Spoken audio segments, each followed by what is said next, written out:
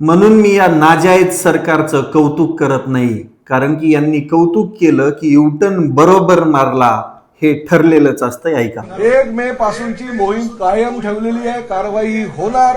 फक्त मराठीसाठी त्यांना 15 ऑगस्ट पर्यंतची मुदत दिलेली आणि ती आम्ही शिकू.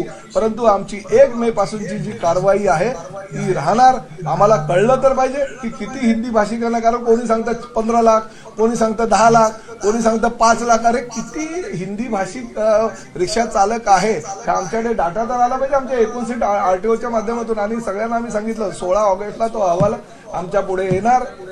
गायकवाड साहेब त्याचे प्रमुख म्हणून आम्ही इंचार्ज नेमलेले आहेत. त्यांच्याकडे अहवाल आल्यानंतर आम्ही तेव्हा तपासणी करणार की आता बाबा किती लोक हिंदी भाषिक मराठी शिकलेले आहेत, किती शिकलेले नाही, आणि त्यावेळेस आम्ही तो निर्णय घेऊ. ठामपणे सांगणारे प्रताप सरनाईक बरोबर युटर्न मारतात. बहुतेक यांना बॅग मध्ये सुटकेस भरून खोके भेटलेले आहेत. यांची भाषा बघा तुम्ही. मी जेव्हा सरकारचं कौतुक केलं त्याच्यामधली भाषा बघा. ठामपणे हा माणूस सांगत होता की महाराष्ट्रामध्ये व्यवसाय करायचा आहे तर मराठी बोलायला आलीच पाहिजे. आणि आता महोदय म्हणतायत 16 ऑगस्टला अहवाल आल्यानंतर आम्ही ठरवू. म्हणजे हे फक्त स्टंट होता का? अरे महाराष्ट्रात मराठीच चालणार, त्याला कोणीच अडवू शकत नाहीये. पण तुम्ही तुमचे दोन तोंडी जे सापासारखं वागणं ते बंद कधी करणार आहेत? तुमचं कौतुक करायला गेलेली माणसं तोंडावर पडायला लागली. तुम्ही नाजायजासारखी कामच का करतात हे मला समजत नाही.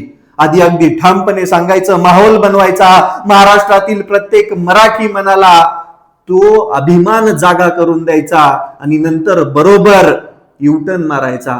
की त्या मेहता आमदाराने तुमच्या विरोधात बंड केलं म्हणून तुमची फाटली नाही ना? तुमची फाटलीच असणार. हो, पण एक गोष्ट मात्र नक्की आहे, ह्या सरकारवरती भरोसा ठेवायचा आहे की नाही हा प्रश्न पडतो. पण यांनी मराठी भाषेचा परत एकदा अपमान केला, महाराष्ट्रातील त्या प्रत्येक व्यक्तीचा अपमान केला.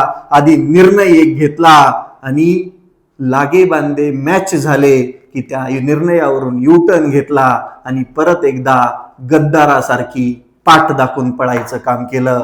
पण महाराष्ट्र तुम्हाला कधीच माफ करणार नाही आणि हा महाराष्ट्र आहे, इथं मराठीच चालणार.